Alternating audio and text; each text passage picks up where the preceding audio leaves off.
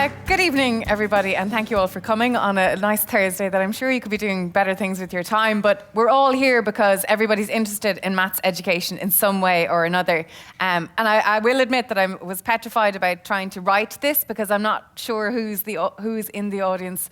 And if I could get a little show of hands, do we have maths teachers here? A small number, that's okay. Well, this probably makes things better. And then, can you shout out the rest of you interested in maths, just working in maths in industry? Parents. Academia? Pardon? E-learning? Okay, very nice. Parents. Okay, very good. That's a good voice to have as well. So maybe we'll get more info on the audience as we're going through. And I'd really like this to be more a discussion than in any way a sort of a lecture. So as we're going along, I'd love you to contribute. So if you have, you can put up your hand at any stage, and if we can get to the mic, we will. But it's quite a small room, so hopefully we'll be able to communicate with one another like that. So what is the future of mathematics education? And that is a question mark. We are not here to say that we have any answers, and I think it's a very broad topic, and it's something that there is a lot of avenues to. So let's discuss that. Let's discuss the question. And I wanted to put this in there, and now I'm not quite so sure was it a good idea. I decided to say from Pythagoras to Pali, because Pythagoras is, well, as far as we know, one of the earliest maths teachers. He was one of the earliest people to take a group and to try and teach them or to try and discover mathematics. And George Pali, if you're aware of him, he was a Hungarian mathematician and really kind of brought forward the idea of problem solving and making maths exciting and a little bit more creative for students. So we're going to track that a little bit. I'd really like to invite Dr. Terry Maguire or to thank Dr. Terry Maguire and Rachel Thomas for joining me today. Dr. Terry Maguire is the head of lifelong learning at ITT Dublin, and she is the creator of Have You Got Maths Eyes? And I would recommend anybody to go to the website haveyougotmathseyes.com to look at the work that she has there. And it's brilliant public engagement with maths, to look at maths not just as homework. And Terry asked a question, she said today, because she was organising a conference, and she asked the parents that were in the conference, how many times do you talk to your children about maths that isn't homework? And when you think about it, actually, do we do that at all? So Have You Got Maths Eyes is something that's very relevant, and I think something that everyone can take home with them. And Rachel Thomas flew in from London to join us today. Thank you very much, Rachel. Rachel's involved with the Millenium Mathematics Project, and she's the editor of Plus magazine that looks at maths teaching, and that's an e-magazine that everyone can access. And Rachel also worked with Enrich, which is a UK-based program for maths teachers, which has fantastic resources on it as well. So I'm delighted to have them both here because they've both a wealth of experience in maths education and two very different angles on it as well. So thank you very much for joining me this evening. I wanted to have a brief look then at looking at teaching mathematics. So maybe, what can you tell me about that picture?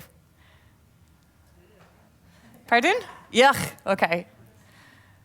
What else about the students, perhaps? They're all solitary. They're all working on their own. Where's the teacher in that classroom? He's at the top of the classroom. So what do you think those students are doing in that exercise, maybe? They're probably copying something down. Okay, so that's an old version of maths. And thankfully, when we move on, we see that we've really changed a lot in the term of the modern mathematics classroom. Because as you can see, a lot has changed here. What do we have? We've got colour and we've got phones. And little else has actually changed. And I hate to say, but unfortunately, this is actually the norm in a lot of maths classrooms still. Not a lot that I've seen because I work with really great teachers, but I just know anecdotally that this is still how maths is being taught in our classrooms. So despite having all of the technology at our fingertips, and despite knowing so much about theories of learning and philosophies of learning, little is actually changing in our classroom, and that's what I think we need to discuss a little bit more today. Trends in education. You may not know this guy, but I'm sure you know what he did. This is Skinner and his dog. And please correct me if I make any mistakes in this, because psychology is not my forte, and theories of learning does fall into that at some stage. So his dog, his salivating dog, he decided that he could teach it to do anything. So when the dog heard a bell ring, he trained it to salivate because he used to give it food after the bell rang. And after that, he did it for long periods of time. So anytime this dog heard a bell ring, it salivated, and that was learning. But that's actually how psychologists thought everybody learned at that stage, not just dogs. That you program people how to do things according, that's the Jenga tower falling outside, that's risk. But that's how, we had this idea of learning that you go through stages of learning, and as you grow up, you follow from one stage to another. And so until 7, you can add maths, and then maybe if you're 10, you can multiply, and after that, maybe you can do something a bit more difficult. And that's how psychologists thought that learning was. Then we moved on to behaviorism. So behaviorism, the kind of steps that follow it like that is, I follow the instructions, I take the test, and I get the reward. But am I learning anything? Because with that, I'm just learning a procedure. With behaviorism, you can teach me how to differentiate, and I will do those 5 steps, and I will get it right every time. But when I'm asked then, when I get to college, to use it in some sort of context, I haven't a clue what even I'm supposed to be doing, because I haven't understood what's behind it at all. So I know the procedure, I know the instructions, and I got the reward because I did really well on my test on it, but I actually don't know when or how I should use it. And unfortunately, behaviorism is the way that we test our students in general, in terms of summative assessments like state exams, etc. And there is a merit to them, like we do need them as well, but I think there's far more to the philosophy of learning than just behaviorism like that. Then we moved on to cognitivism and looking at, well, how do we learn in terms of the brain? What's happening in the neurology of it? I'm not a big fan of it, but this is how the trend has led on. And now constructivism is the new trend, that students construct learning with themselves. But the downfall of constructivism is we're only looking at students as individuals. And they come across something that they don't know, and they meet a frustration with it, and that's how they learn from it. And it is a good way of looking at things, but I think actually we can do a little bit better with it. So even though constructivism has a lot of good merits, and you could read more about them, I have those references there, and I think we'll share this slide later on, but I think we can do more than constructivism. So what I'm looking at now, and what the new trend is in education internationally, is looking at socioculturalism as a theory of learning. So in socioculturalism, you're looking at the student as an individual, yes, learning something, but they're learning through their social interactions. They're learning through their discussion with their classmates. They're learning through the teacher asking them specific questions. And what's important with this is that the teacher doesn't have a set plan to go with. The teacher is listening to the students, and as their students are meeting problems, the teacher is changing their questioning to try and facilitate and to kind of scaffold how the students are learning. And then the students are having to explain to each other. And I think we'd all agree, I hope, that that's one of the best ways of learning, is having to tell someone else what it is that you're doing, because that really shows that you explain it. And you find out what you don't know then when you have to actually ask someone else. So in comparison to the pictures that I showed at the start, what's the difference now with this little photograph? We've got interaction. How are the students laid out? They're in groups. And where are they looking? They're looking at each other. Where's the teacher? She's in the middle somewhere. It's not dictatorial or didactic. She's not at the top of it. The students are talking to each other. They're looking at their own work, and they're settled in groups.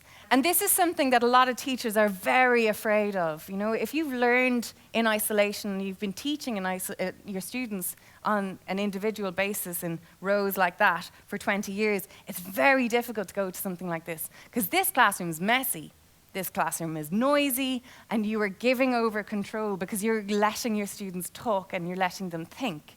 But what research finds is that this is actually the best way to learn, because they're not just learning procedures, they're learning why they're doing something, they're learning how they're doing something. And then when they're asked a problem in context or in real life, or when they move out and they meet maths problems, they're actually better able to cope with it because they've been doing it by themselves.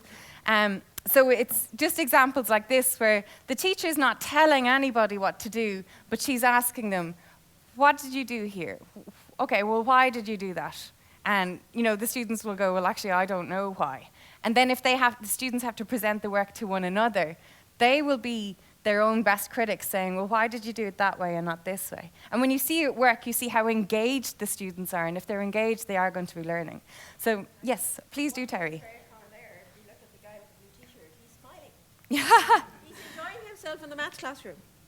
That's a huge, that's very important. A huge outcome, yeah. And Joe Bowler did a study recently as well on 2 different schools. And one school was amazing and they got great results and the students were so quiet and calm and they all did their work really well. The other school was a little bit crazy. They only did maths through project work, a little bit bananas, kind of all over the place, not very enjoyable for the teacher because they had no control. But when she interviewed both sets of students, the good students hated maths. They hated that they were so bored, they didn't like doing it, they only did it because they have to. And these students thought it was a really interesting subject, really creative. They didn't like it all the time, but they generally enjoyed it. And some more of those were going forward to study maths. So that's such an important point that they're engaged and they're happy when they're doing these maths as well. So this is Pythagoras, and I was chatting with Terry and Rachel, and we were wondering, back in the Dark Ages, I don't know what century, I think it's the 6th century, when Pythagoras was teaching, how would he have taught? So he didn't have the classroom, he didn't have the blackboard. He would have taught his students through dialogue, sitting together in groups, chatting about the mathematics. And, Pythagoras has had his cult and, may have died for finding the irrational number of root 2, but he would have, but he taught his students, I imagine, in the dialogic term, in the sociocultural term that I spoke about there. Somehow we moved to this image that the teacher is the fountain of all knowledge and the students will sit in their classroom static and the teacher will pour the knowledge into the students' brains if they are quiet and good and copy everything that the teacher does. And that is the behaviorist model of maths, rather than learning it for themselves. And I was chatting to a taxi driver this morning in Cork, because I was down there for a conference as well, and he was saying that he loved maths. And he couldn't tell me what made this teacher good. But he said, I do remember being asked why I did something and how I did something. And I said, oh, so you talked in that class? He goes, oh yeah, we always talked in that class. And he has fond memories of maths. But he also told me that he remembers the stick, and he remembers being, hit as a 9 and 10-year-old and hated those teachers and hated that classroom. But he loved his maths teacher and he loved his history teacher because they asked questions and they wanted the students' opinions. And he got an honour in his honours maths and he got an honour in his history as well. But it was actually the dialogue that made him love that subject. And now we're moving, I hope, to the Pali way of thinking, which is based on problem solving. And his book that he wrote in the 60s, How to Solve It, is still a basis of a lot of international curricula now because it's all kind of problem solving based. So that's where I was getting the Pythagoras to Pali. And because I think it's come full circle. I think it has come from teaching in groups based on talking to each other. We went a little bit aside with behaviorism. Maybe we needed to go there for a while and learn about those aspects of psychology, etc. And now maybe hopefully go back to the ways of group learning. So how do we learn mathematics? Well, I believe that students actively construct their maths ways of knowing through their social and cultural interactions. So through talking to their teachers, through talking to their peers, through even having a dialogue if they're working on maths at home, with the internet, with the computer, it's still a communication, it's still a dialogue, even though even if it's through e-learning, it's still that dialogue. So I wanted to give you a quick problem that might be different to how you learned maths on your own. And I wanted to ask you, if you saw this pattern here, we've got our first block, our second, and our third. So this is just a little bit of a problem solved there. Well, what do you think is coming next? And I want you to chat to your neighbour about it. So whoever you're talking to, we're sitting beside, introduce yourself and just have a little chat and see, what do you think is coming next? That's a nice noisy classroom. That's a noisy classroom, yeah. And they're smiling. And they're smiling. Yeah. Okay, folks, so we might bring it back down again. Now, before I go back to anything, I'd just like to say there that there were a lot of smiling faces while you got to do that.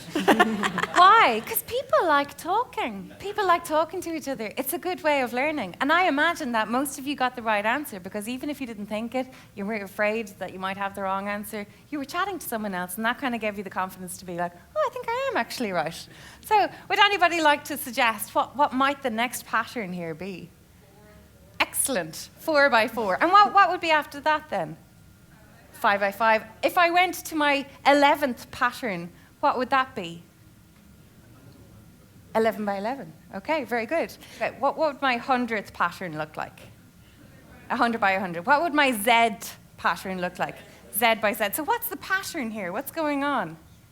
We're squaring it. Wonderful. Now, you did it very well there. We would obviously do that much slower with the first and second year group. But that's an example of how you can learn maths through social interaction like that. And you all got it. You all got it really quickly. And I want to show you that this develops very quickly into something that I can look at in a more rigid, a rigorous term after we've spoken about it, because now you all have the confidence to talk about it. So now I'm looking at, well, these are my pictures, and I had 1 tile for the first one. I had 4 tiles for my second one. I used 9 for this one. How many did I use for the fourth?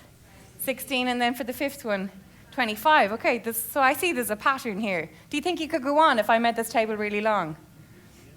Okay, so this is what it might look like. So then with my little second years, I would go and ask them, and I'm skipping steps here because we don't have time, unfortunately, to go through it. What's the difference between the 1 and the 4 there? What am I doing to get from 1 to 4? I'm adding 3. What am I doing to get from 4 to 9? I'm adding 5. What am I doing to get from 9 to 16? And adding from 16 to 25. So I don't have do I have a pointer thing? Okay. I don't have a pointer thing, but you can see what's happening with my first change there, as you can see it. 3, 5, 7, 9. There's a pattern there as well, isn't there? What's the pattern between the 3, 5, 7, 9? It's 2. They're going up in 2s. Is that weird? I don't know. It's just a pattern. But if we do loads of those, you will find out that that's actually a quadratic equation that you just got. You've already told me it's x squared. Now, I want to put this up because the fact that it's a 2 there doesn't mean that it's squared. But the fact that that's a common number going down means that it is squared. Just in case anyone got confused by that. But I want to show you now that when this was done with second years, who had never looked at quadratic equations before, they had done linear patterns, and they were just given time and a blank sheet of paper. This is what they did. And look, it's amazing. They graphed it. They did their table. We didn't tell them to do a table or not. They just kind of came up with that by themselves. And they decided that they'd graph it. This next group did loads of work. There were 4 in a group. They were all chatting to each other. They had kind of 15, 20 minutes to do their little problem. And you can see that they did 1 by 1, 2 by 2, 3 by 3. They figured out the pattern really easily. Up here, if you can see the horizontal there, they did their patterns, but just horizontally. And they made a little mistake. And they didn't figure that out till the end. And then they got their formula. It's x squared. We were doing it in slightly different terms. They got the right answer as well, though. And this group did it exactly the same, like that. So this isn't pie in the sky stuff. You enjoyed having that chat with your neighbour, but they enjoy working like that in a class group, but they're getting concrete mathematics done. They're learning from it. This teacher afterwards, 4 months later, said, do you know what? They're the strongest group that I've ever had doing quadratic equations, even now that we've moved on to factorizing. And he reckoned it was because we started introducing them like this in a way that was a game, but they had ownership of it then after that. So coming now to maths in Ireland, we once had a highly didactic approach with relatively little emphasis on problem solving. And that's from a number of papers that were published back in the 1990s and the early 2000s. Now we have a curriculum based on inquiry learning, and I'm afraid to say project maths because I'm sure people start throwing things at me. But project maths, it's meant that we have content changes in our curriculum, but only small ones. A little bit more probability, a little bit more statistics, some financial maths, which I thought was very useful because I was able to, for the first time in my life, calculate my pension and get a fright from it. But I think things like that should be on our syllabus. But what's most important about our changing curriculum is that we're changing how we're teaching and learning within the classroom. We want to move away from the early didactic individual, this is how you do it, just do it in the exam, repeat 7 of them, get an A1, come to college and not have a clue what you're on about. Or go out in real life and not be able to calculate 10% in a sale. Or know what your mortgage payments should be. Now it's, okay, well have a go, have a think about it. If you're having trouble, I'll come, I'm your teacher, I'm your guide. I will facilitate that learning because I'll ask you a question or I'll give you a nudge, I'll give you a little hint and I'll see that you can do this, that you have the confidence to work in this mathematics by yourself. So that's where we are in maths now. So I think the rest of the discussion, hopefully, we can have a chat about what does that mean for our future then? If our curriculum has changed, I mean, that doesn't mean anything unless teachers are changing. So what should the maths classroom look like now? What should the mathematics teacher look like, or be qualified for, or have to do? How should we assess the mathematics? Is the state exam the best answer for that? We'll have a chat there. What about the professional development for teachers? Is it enough to say that I do my degree for 4 years, I do my PDE for 1 year, soon to be 2 years, and then I'm let off and never assessed in my job again? No one observes me in my classroom again? No one ever says, do you know what, you're a brilliant teacher, or says, I think you could brush up on these few things. Is that appropriate? So what should be the professional development for teachers? And how should we engage the public in that? So we have time now to discuss that, and I think I'd like to open it up to Terry and ask, what does maths mean to you, first of all, and how might you address some of those problems? Okay, maths means everything to me, but I suppose in a better way to say it, maths education means everything to me. That we can actually have students going into our classroom that actually have a learning experience that meets their particular needs. And it's interesting the way that you set up this list, because I would have put engaging the public at the top end. Yes. Right? But that's just where I'm coming from. Because my background would be working with adults who are returning to education. So school mathematics has actually failed them once before. They haven't got successfully through the system that was on offer. So I would be saying we have hundreds of parents out there who don't feel that they're any good at mathematics. And they all have this view that mathematics is about school. Mm-hmm. And we're talking about the classroom, we're talking about the teacher, the assessment of mathematics, the professional development teachers. That's not right. That's giving them the notion that mathematics is only about school. It's not, right? People do mathematics every single day of their lives, right? But when they think about it as being mathematics in school. So they say everything that they can do, they say it's common sense. It's only what I can't do in my everyday life is actually mathematics.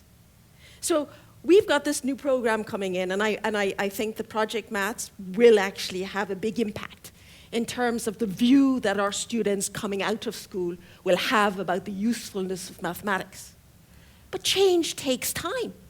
And we have huge numbers of people, like myself, that have gone through a very abstract, formulaic system with the teacher on the front, where we actually say we have this people at home, our Project Maths students are going home to perhaps a parent that's saying, it's all right, love, about maths. I wasn't any good at them myself, right? But how can we change that? And we can't change that perception until we actually persuade all of us and all of people like us, regardless of whether we were good at school maths or not, that we are good at mathematics. Sorry, slightly different at that. My 8-year-old daughter comes home from school. She comes into a house where maths is a big part of my life and my job. And my wife has been a housewife for the last 8 years and worked in finance before that, so maths is in the house.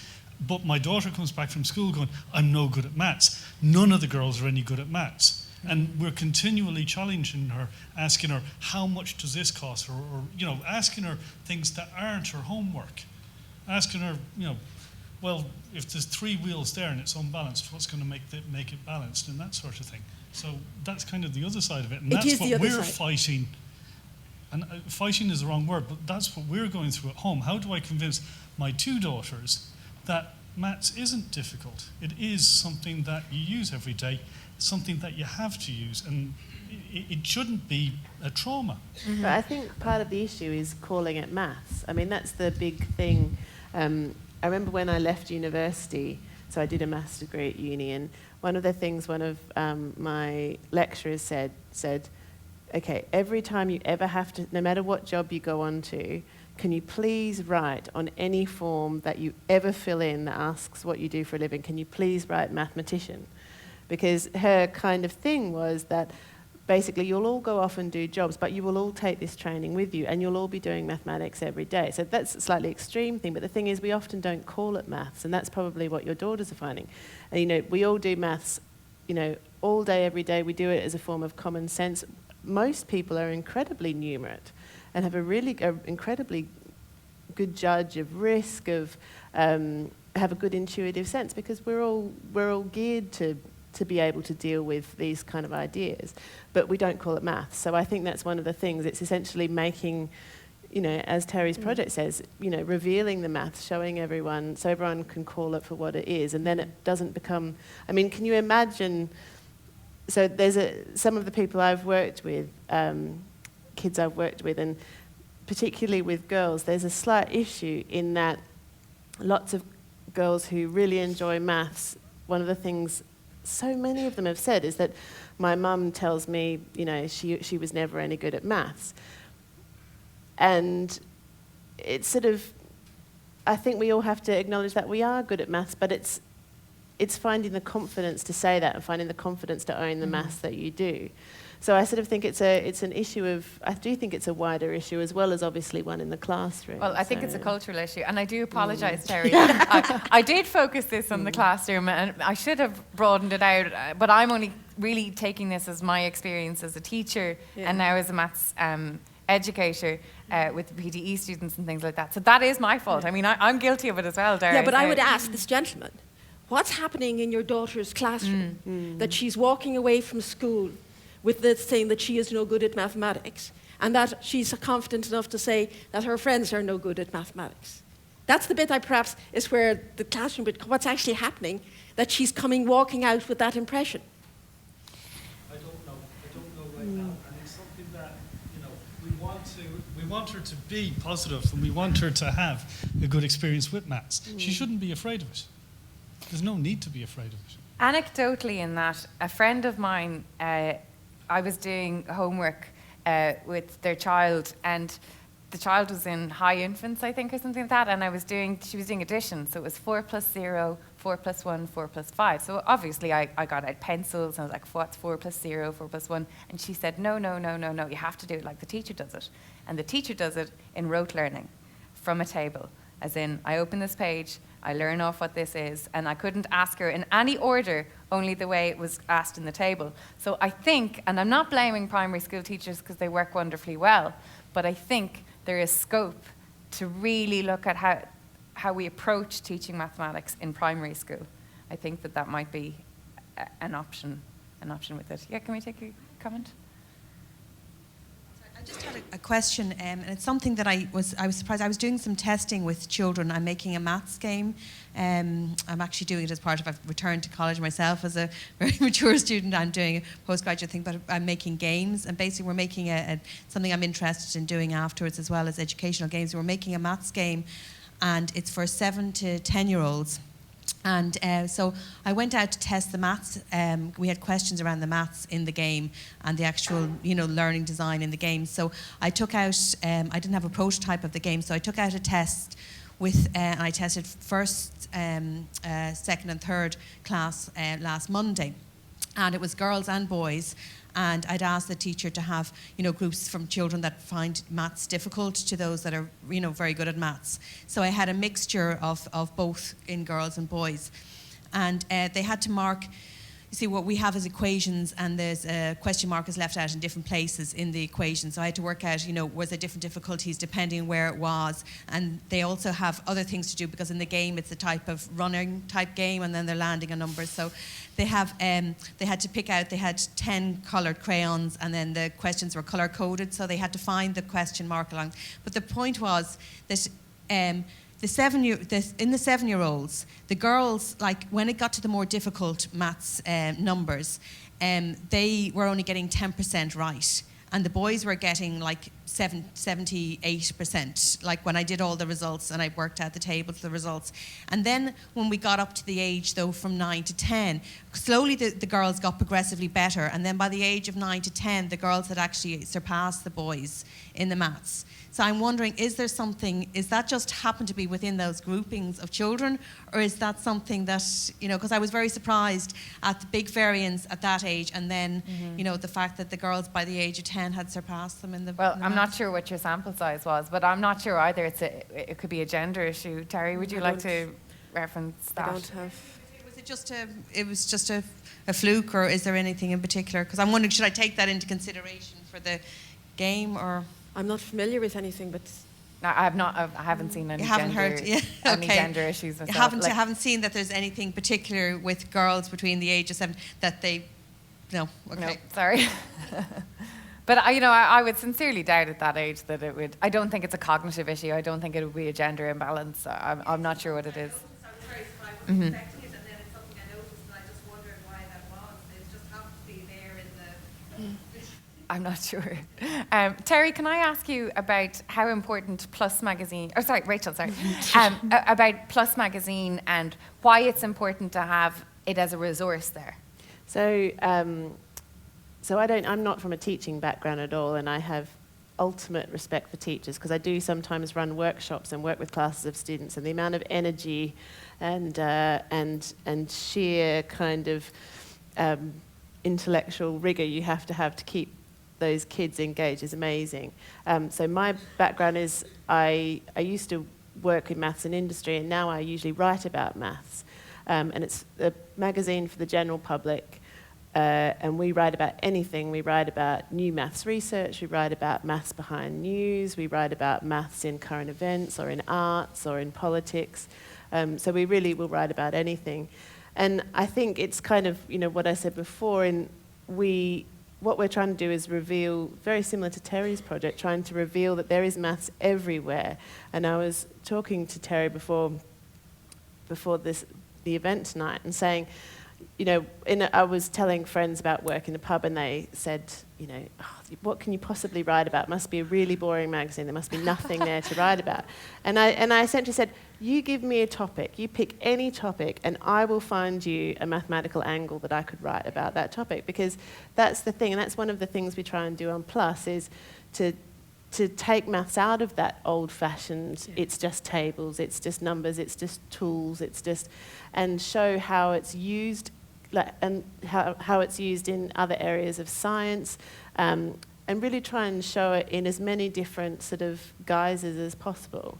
And the other thing that we try and do is, one of the main issues I sort of have when I talk to people who aren't mathematicians or aren't mathematically curious, is that they think maths is this solid stone edifice that's done, that's accomplished, that's never changing. And what I think we try and do a lot is we try and present maths as a human endeavour, that's something that's an accumulation of centuries of individual people's thinking and knowledge and creativity. And also try to show that, there's cutting-edge mathematics. We're still getting there. We've still got, more questions to answer than we did before. So that's the kind of thing I think that we sort of focus on. And the way it's used is both by adult public, but also quite often when we work with school groups and when teachers interact with us, it's often used as sort of motivational material. So say if they're teaching derivatives or some probability or some kind of, early mathematical modelling. It's a way of kind of saying, this is why you should care about this. This is where this could take you. This is why it's an important thing to learn. And do you think it's important then that as maths teachers and as the public that we should engage in mathematical research that's current? I don't think maths teachers should be expected to be up with all the latest maths research, but what I would hope is that all maths teachers are really interested in what's going on in mathematics. But it's funny, I think mathematicians have a certain responsibility that they have to own up to. There used to be, and there still is in some universities, still this tradition of trying to put up a language barrier, of trying to make mathematics seem difficult, trying to make it as hard for people to get over into the mathematical world as possible. So I think there is a certain level of responsibility that some mathematicians have to take, and I think that's genuinely changing. And I think public engagement is one of the reasons that is changing. Mathematicians, as with all publicly funded researchers realise, is they have an obligation now to engage with the public. And so I think that's gradually starting to change, and it's now acceptable to be a research mathematician who is also engaged in talking to the public. But I think there is a certain amount of, there's now a little bit more free flow of information, and there's now people working in current maths research who are really interested in talking to the public. And so maybe that will make it easier for all of us, including maths teachers, to really, I certainly couldn't tell you all the details of latest maths research, but if you're lucky enough to have the right people to talk to or the right people to read, then at least you get a sense of what people are working on. You get a sense of what the new exciting areas are, and and get a sense that it's people accomplishing this. This is people's inspiration and passion, and some of the most over-the-top, passionate, verging on religious kind of expositions of things I've ever heard have been from mathematicians talking about various aspects of their research. It's an incredibly passionate and creative subject, and I think that's something that a lot of people don't really imagine. So I think science communication is really moving forward as well. I'll take your question in a second, but I think your point about third level institutes dissolving the wall of the ivory tower, that's an important move. But because I think as scientists and mathematicians speak more about their research and engage more, I think that kind of breaks that little barrier and creates another link in that chain of more people becoming engaged. And it makes it easier for people to become engaged as well. So. Can we have your question, please? Just 2 points. One is to applaud the work the PLUS magazine do, because I read it for a few years, several years ago, and it really got me hooked in maths, particularly. Oh, it's lovely to hear. Particularly the careers section. That was really what tipped it for me, because of course you can read all you want about technical details on Wikipedia or whatever you can read till you're blue in the face. But the key thing was the discussion about careers and the great variety of uses people have for maths in their professional lives, from fashion designers to movie set designers to all sorts of people who started from a maths background.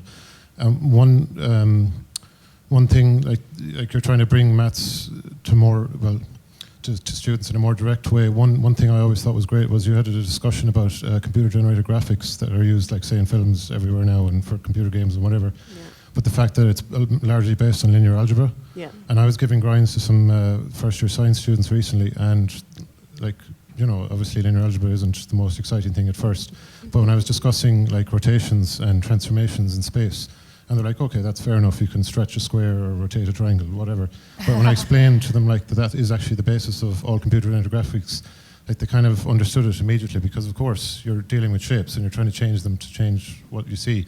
And they realized that maths is not something, people do for no good reason. It's actually behind most of modern technology. So discussing things like that in the classroom would be a major thing, and it's not that hard to do. I mean, like, you don't have to delve too deep into the subject. You can just deal with simple examples, and then they can obviously see that it makes sense. And it's not hard to do, but I think teachers find it difficult if they're not shared with those resources and that information. So I think making that direct connection between industry and third level is really important if it's to follow on to second level and first level students. I agree entirely, but that's the matter of teachers' training then. Like the mathematicians teaching teachers, do they emphasize these matters enough?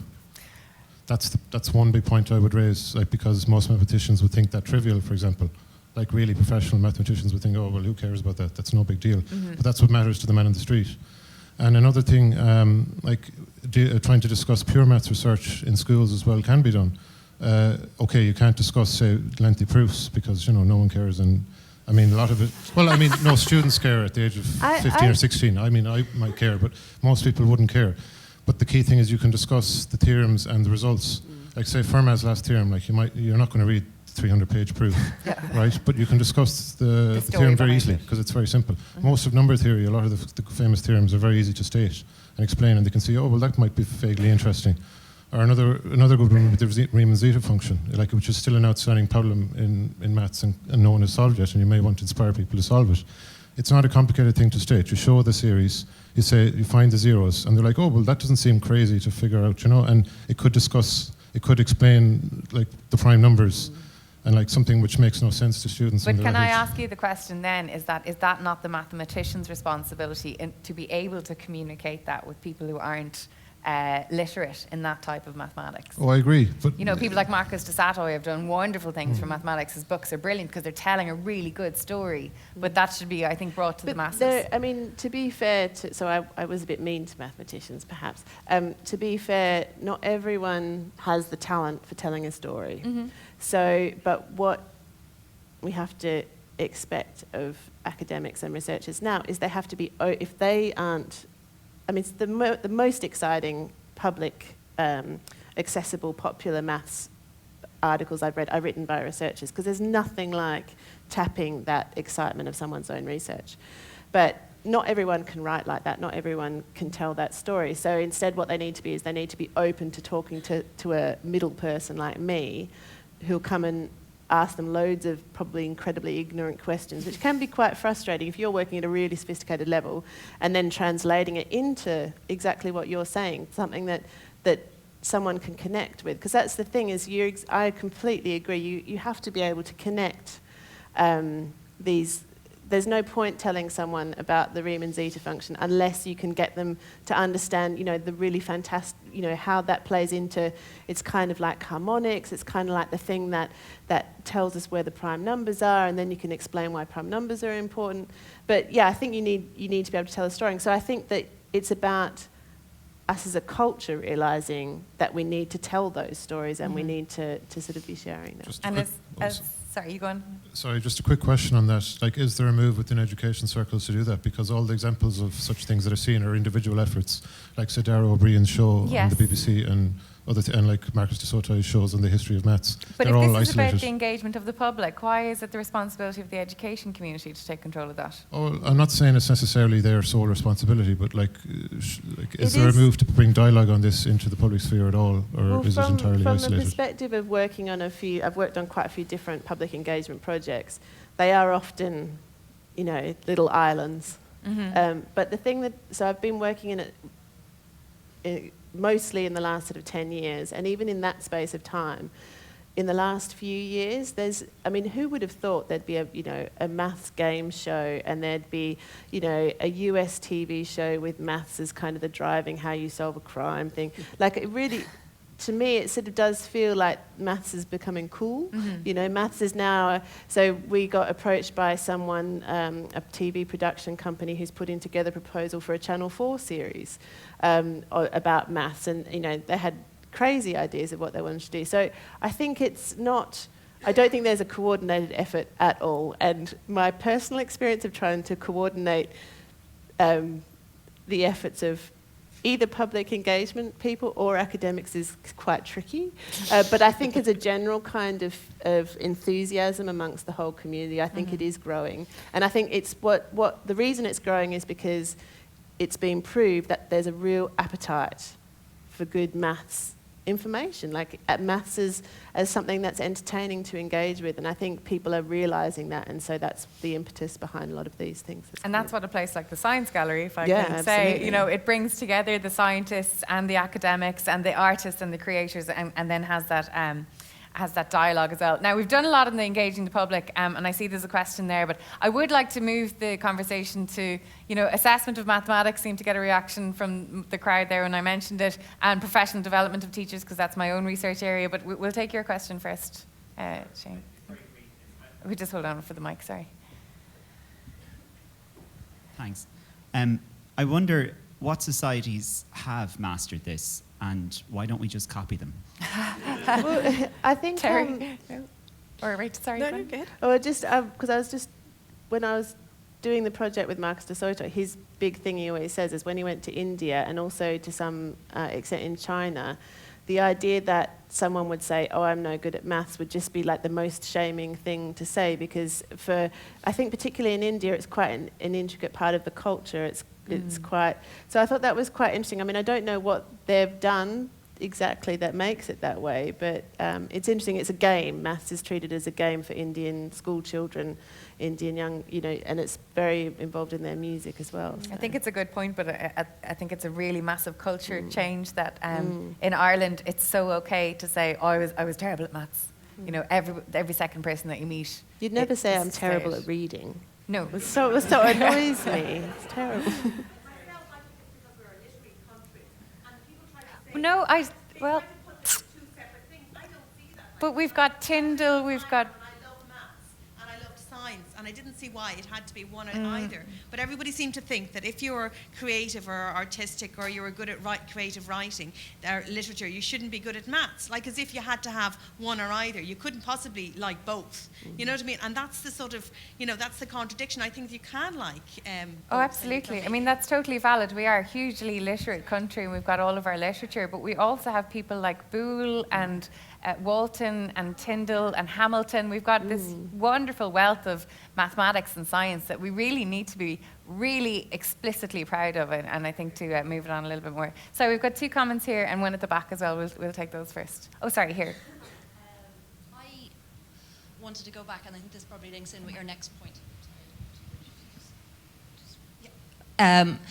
Probably links in with the point of professional development. Right. If you go back to your original picture of the sort of Victorian classroom, that originated, as far as I'm aware, from the Industrial Revolution and mass production. And it's a really, really effective model. Yes. And most of the people who are maths teachers and in maths research and things have come through that model very successfully. So if we're talking about changing that to a sociocultural approach, I think the idea of training teachers in how to work in groups and how to work collaboratively, and training students who are also coming through a very much behaviorist approach to teaching and learning, that the actual training of group work has to be an important aspect in what we're doing. Definitely. Can I take you up on a point, though? You said that that model was a very effective model. What do you define as effective in that? That our society has continued to function successfully to date. What's successful about that learning of mathematics? Okay, good questions, and I would probably agree with you. We assess maths in terms of procedures, and I don't think that's successful. I don't want to, you know, have a personal argument about it, but I think that that's where we really need to shift our philosophy. If we say that model worked, yes, in terms of I could get an A1 if I learned all of my procedures and not understand them. My point is that it has worked in terms of generating a culture of teachers who are propagating that model. Yes. So if we want to change the model, we need to train our teachers such that they can change that model, because these are people who have succeeded in the existing model, which is training them in procedural, in a procedural approach. It's not that I personally agree with that approach. approach. You're completely right, and that's the culture that needs to change for teachers. And yes, as an institution that we have our professional development and education for teachers, that's our responsibility to introduce that philosophy to our teachers and to the experienced teachers at the moment. They need to be introduced to that philosophy and then be given the skills to operate like that. Yes, I don't think they should be thrown into it. And the students as well, they need to be trained in may I follow that up and just say that my own research that I don't have anything here on, my own research is on a model of professional development that originated in Japan, and it's based on a community of practice of teachers all working in the same school on a process called lesson study. And it just happens there. It's happened for the last century in Japan, and this is why they are very successful at mathematics, at problem solving, because all of the teachers come together once a week, once a fortnight, once a month, depending on what school they're in, and they all sit down and just plan one lesson. Now, it could take 6 months to plan this one lesson because they only do it every time that they meet. And it's not about making the best lesson plan, but what it's about is those teachers having a conversation about all of the content knowledge that's in that, about all of the pedagogy that's in that, how they should teach it. And then one teacher goes and teaches the lesson and everybody else observes them in the group. So there could be 10 teachers in that group planning the lesson together. So one teacher teaches it, 9 others watch, but they're looking at how the students are engaging. And if that lesson doesn't go well, it's not the teacher who taught it, it's not their fault. It's everybody's fault because they all planned it together. And then they'll come back and reflect on that and say what went well, what didn't go well. And I had 2 schools who participated in that study this year, and they did that for a number of cycles throughout the academic year. And what we found out is that from participating in this lesson study, from this model of professional development, the teachers all learned more maths because they were sharing with each other. They all learned more teaching approaches because they were able to try out new things because they were in a safe environment. They all started to think about how students are really thinking in their classes. They all had more confidence saying, do you know what, I don't know how to do this, but I think my colleague will, and so I'll be able to ask them now, because they had that safe environment that was trusting within that. It was more collegial, more collaborative, and overall had just a model where the maths was improving and the teaching of the maths was improving, and they tried teaching in groups because they could do it with the support of their colleagues. So I think definitely we do need that training, let's say, to give our teachers that skills, but I think that we need professional development that's based in school for that as well. Can I just come in there as well? Terry, please. And I think we can't lose sight that the world that we're going to be living in terms of our classroom in 10 years' time is going to be very, very different to the world that we have now. And that we have students coming through that are using technology, right?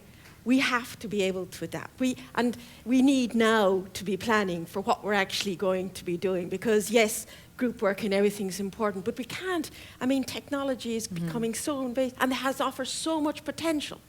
And it's like if we don't sort of plan now, we'll be waiting, and we'll say, oh, we now need professional development because now we're back where we have to introduce the technology. But we have an opportunity now to plan and say, well, how, as part of this whole continuous professional development, how are we going to, what view do we have? How can we start integrating this technology? How can it be used effectively? And over a longer period of time to start building confidence in our tutors, right? And in our teachers that aren't necessarily digital natives, right? And I think that's very important, not just to leave it as one.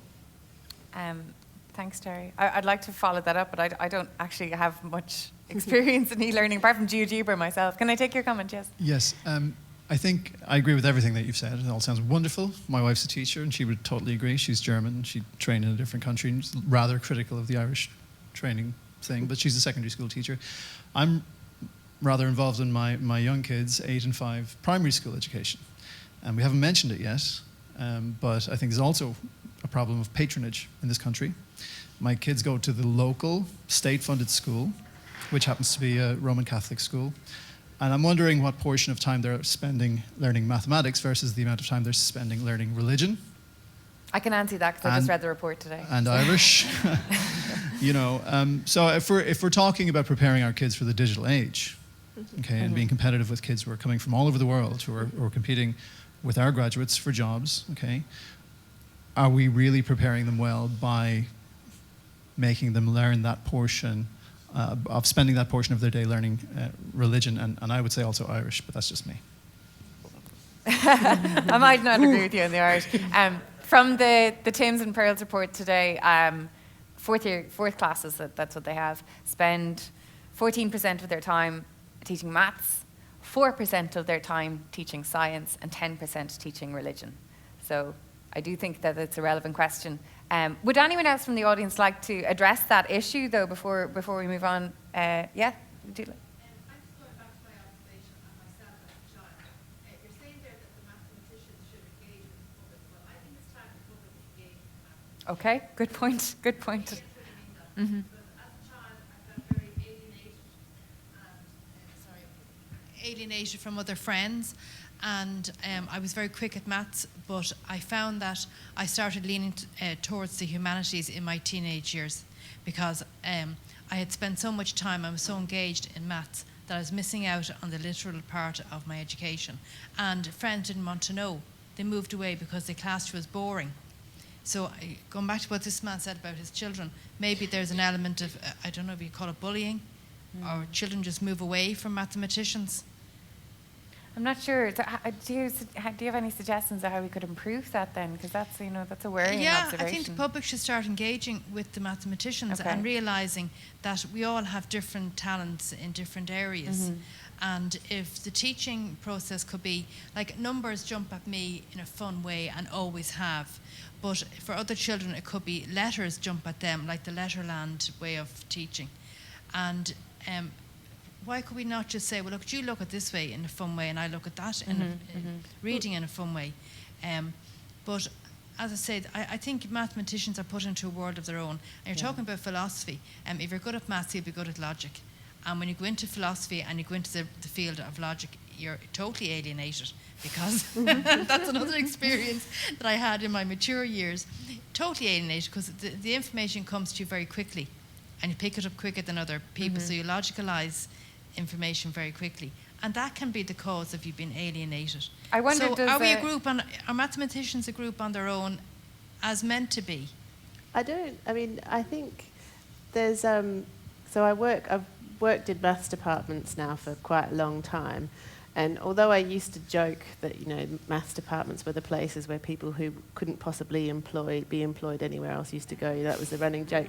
But actually, the variety of people, I think the same as in any subject, the variety of people in a maths department is the same as the variety of people anywhere.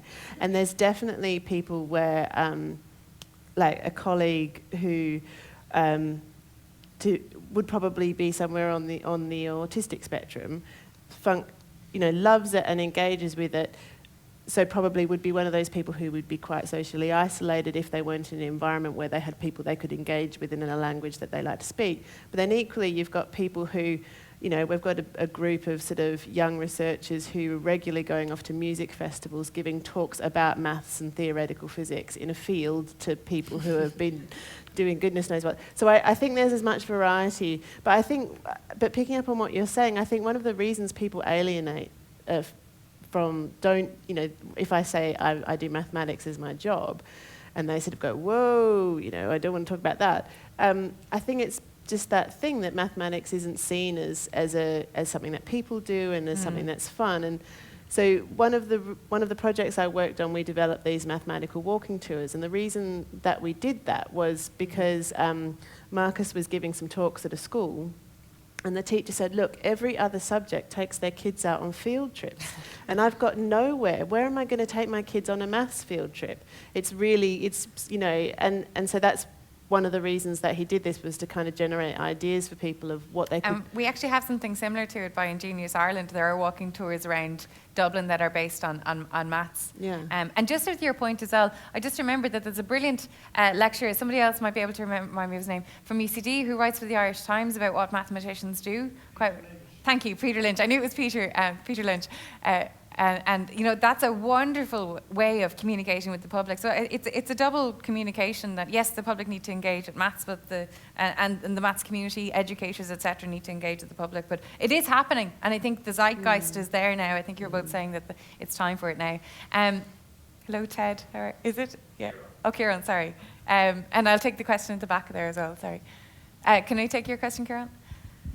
Just as someone who's involved in collaborative learning, just going back to the classroom, why not concentrate on cross-curricular? Why not have mathematics in every single subject? It's something where I am in Bridge 21 that we try to bring in, that's not just one single component, it's part of everything in life.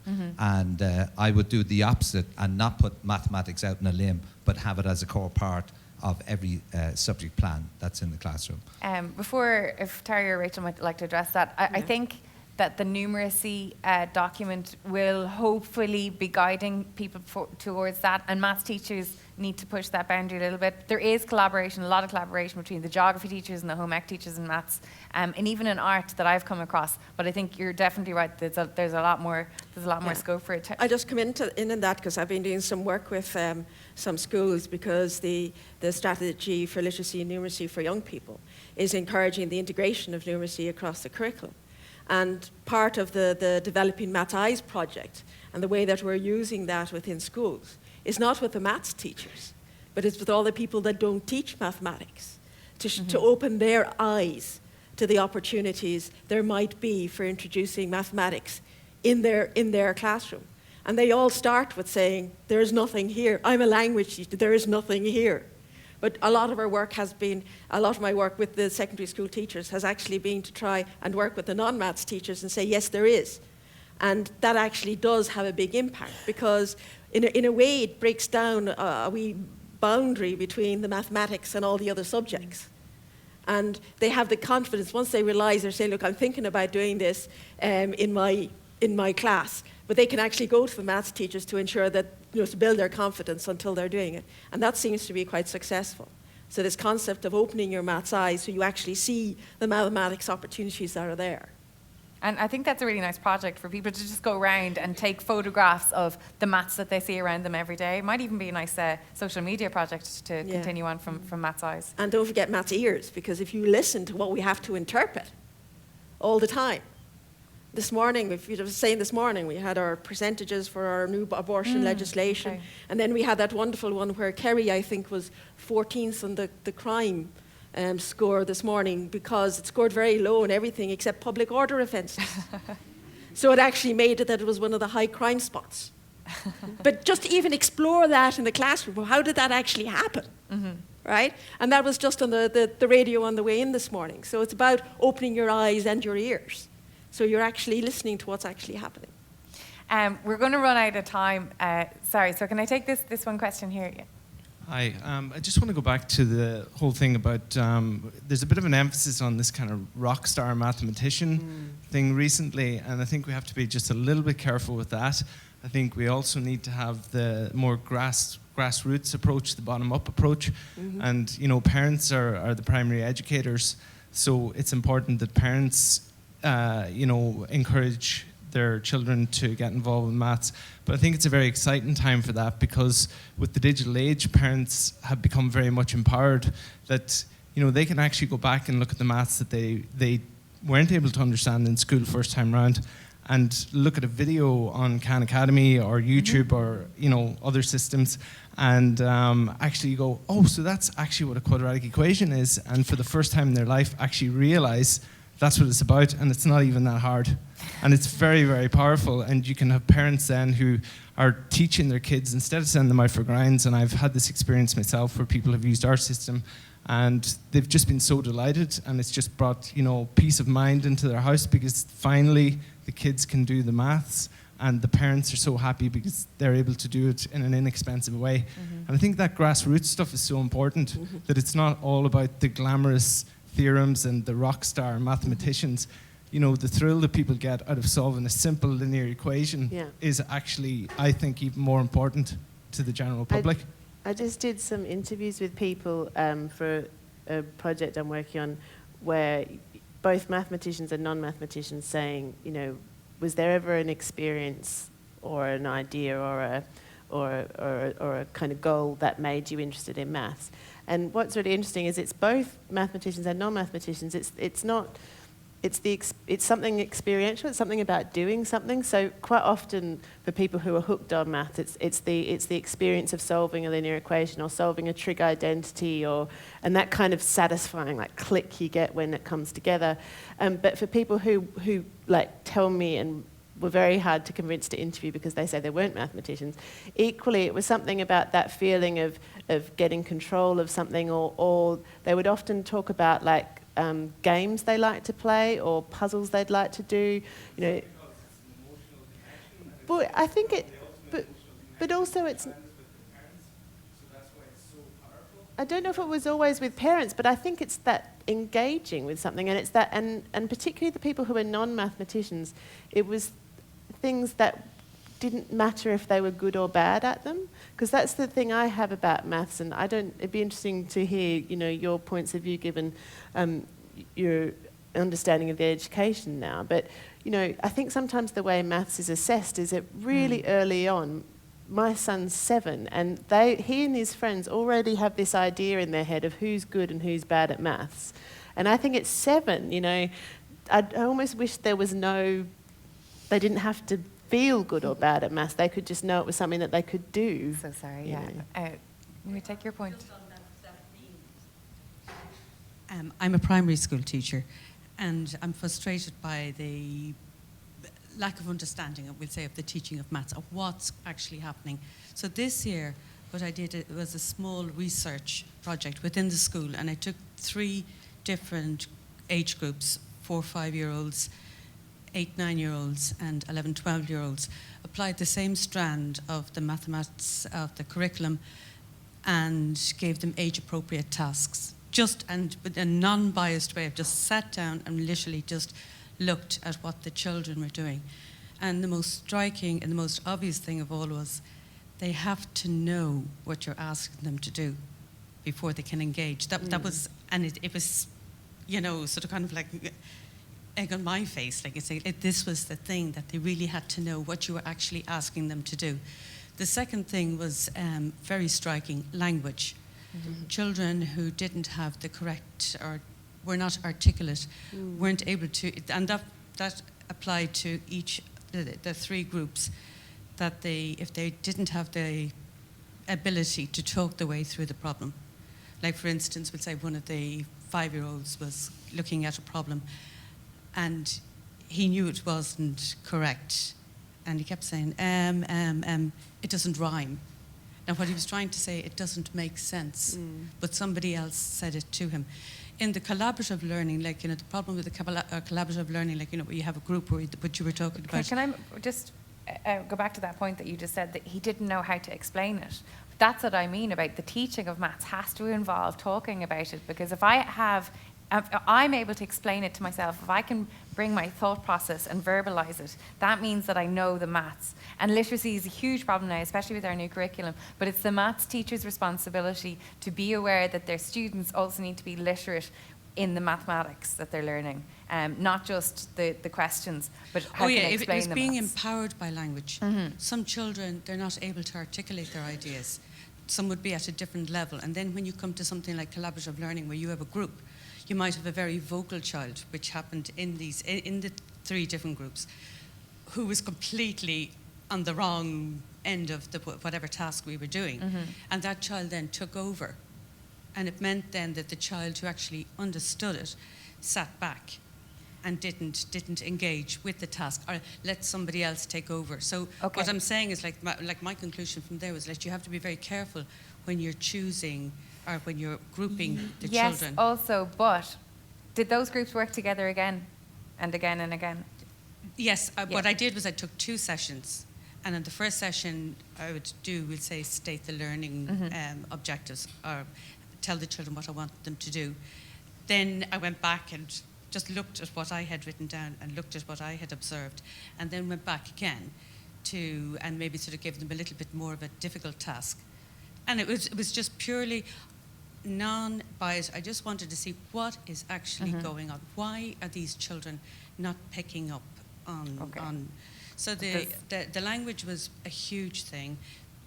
They didn't understand. The other thing that was very, very helpful were concrete materials. The children, and this even with the 11, 12-year-olds, I thought, like, it would be a bit naff, like, them sort of, because I was doing cube numbers with them, and they could not see the pattern, like, of that 3 cubed is 27. They kept saying 9, and then they start playing around with the cubes. And then the more able children actually went and took the concrete materials and started creating their own patterns. That's, being active in the maths is all part of the learning. And I think, it's great to see that it's working. But I think what you were saying about the vocal student, you see, as the students get used to working in groups, they realise themselves the roles that they have to take on, and they actually don't let people govern over if they're doing it consistently over a long period of time. And I hope you don't mind, but this lady behind, I'm so sorry, I came over you earlier. Did you have a question you don't want to? I had, from about 7 at this point. So, and I think we're going to have to finish up soon, so if somebody's looking after the time, if we take, Sean, how many more questions will we? 2 more questions after that, so. I was just going to say, I've done some voluntary work now and again in schools, and when I go in and they ask what you do, I say, well, I'm very lucky. I get paid to do maths all day. To senior infants and first class. I work as a pensions actuary, so I'm really delighted to hear you've looked at your pension and realised the situation you're in now. Don't worry, I started paying it as soon as I did that calculation. But when we're talking about the collaborative learning here, I work in a consultancy, and that's how we teach. Exactly. That's how we learn. That's what happens when you get out of school, because we need to be effective in how we learn. We need to be up to speed, on the minute. We need to know exactly what's going on as fast as we can. You learn the go-to people on who knows the most about this part, that part, to go with your questions. It's always in a kind of a group learning sort of situation, because that's what works best. And that's just what's evolved, because that's when we have a group of people, that's what we found was how people just instinctively move towards learning. So I'm really glad to see the classrooms could move towards that. But I think, as this lady in front of me here has pointed out, I think it comes under professional development. Yeah. It's a skill to learn how to do that in a classroom. You know, in my situation, it's fine because I've got a load of people motivated by a paycheck, so it'll happen. Children, the paycheck doesn't work as well, probably. But, so I'm really pleased to see where things are going, especially also as a parent with young kids. I haven't yet had my daughter say anything bad about maths. I've had her tell me that only girls are nurses and only boys are doctors. And then I asked her, well, what about your aunt? She's a doctor. Has she had a sex change? You know, you get that stuff coming through. And the one other comment on the literacy is just reminded me of, it's come up before about how we actually, the numbering, like 1, 2, 3, 4, and the teens and the 20s, actually the way we do numbers in English is kind of gobbledygook all over the place compared to a lot of other languages where it's much more orderly. And does that actually kind of affect younger children's learning of numbers and possibly influence on them, in that there's a whole illogical sequence to it? It doesn't just go 1 to 10, then, you know, it doesn't even do it quite in Irish, but I think some of the Asian languages, then it would be just 10 plus 1, 10 plus 2, 10 plus 3, 20 plus 2, 1, 20, 2 tens plus 1. So, you know, something more like that, but is that I know, I think that's a good point, that they need to be so familiar with what the number symbol is, and it's the symbols within that. And interesting enough, the Chinese actually group their numbers into male and female, and the stronger males are the primes, and the weaker females are like the really round ones, like 20 or 22. But bizarrely, like that's how I did that as a game in my head. Like the odd numbers were male and the female the female numbers were even. And I think even creating that game and those visual images around numbers are really important. But thank you for your comments, because I think that's nice to hear from industry. Now we've got a comment up here as well, a question, yes. Hi, I'll try to be really quick. Just as a student, and this is kind of bringing back to the assessment as well, I'm doing my junior cert at the moment, and I've just done my maths exam. Oh, well done. And I think my year is the first year to do the new project maths as the curriculum from first year upwards.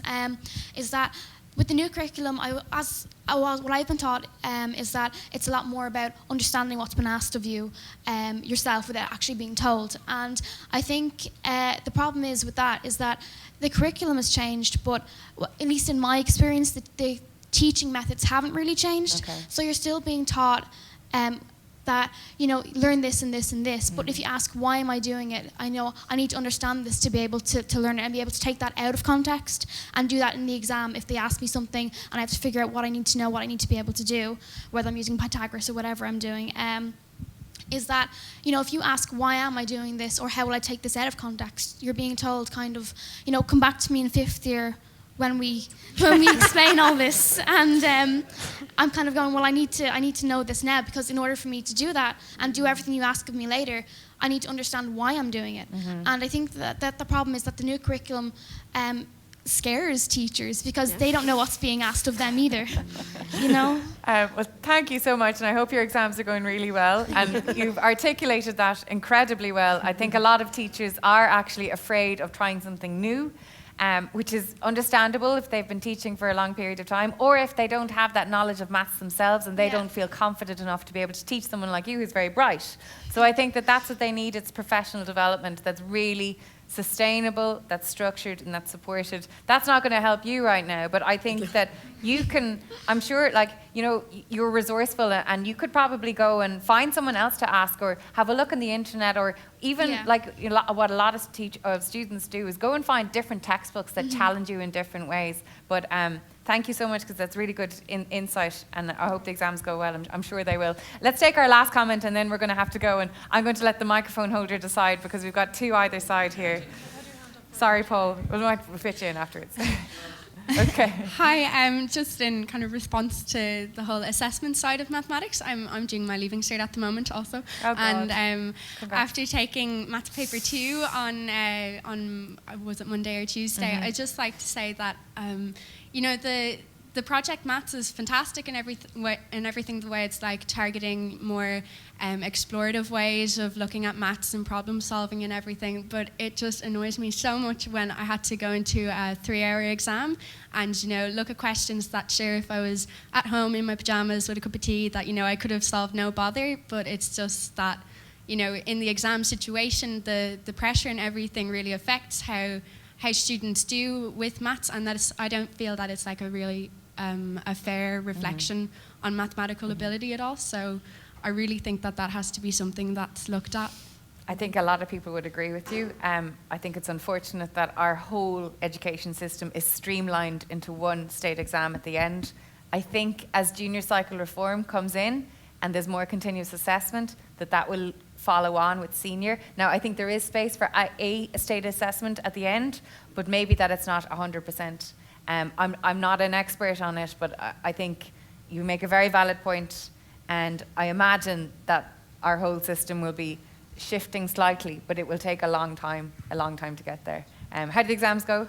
Fine, yeah. Good, well done. Best of luck with the rest of them as well. And we'll take our last comment for today. Just to thank the panel for a really interesting discussion. Something that everybody here hopefully will be interested in is that we have an annual Maths Week here in Ireland. Okay, great. It's an Irish week. It runs for 10 days, and this year it's from the 10th of October to the 22nd. It includes maths fairs, puzzles, maths on the street on October the 12th, and everybody's invited. And Maths Week Ireland is the website. Thank you very much, Paul. So that's a good plug. So that was my little joke for today. Yeah, please do, Terry. It's just that some of the, I don't know what posters were put up, but some of the Maths Eyes posters that are up outside the door, some of those were actually produced as part of Maths Week last year by schools, from primary schools under 7s to adult education centres. And what they were doing was showing how they had their Maths Eyes. So that's just some of the stuff that was produced. And I think that's something that everyone can get involved in, Maths Eyes. Maybe we could start a hashtag, Maths Eyes, and just, you know, while you're watching bridge signs or height signs or octagonal spaces that are around you, or roundabouts or whatever it is, like, find the maths, the 10% off in the sales. I think we could probably spend hours talking about this, because this is a room full of people who are interested in education and in maths education. Hopefully this has been a useful discussion. I think it's possibly even too broad to have within the time that we've had here. But I would like you to share your appreciation for Terry and for Rachel for joining us today and for their angles on it. Thank you.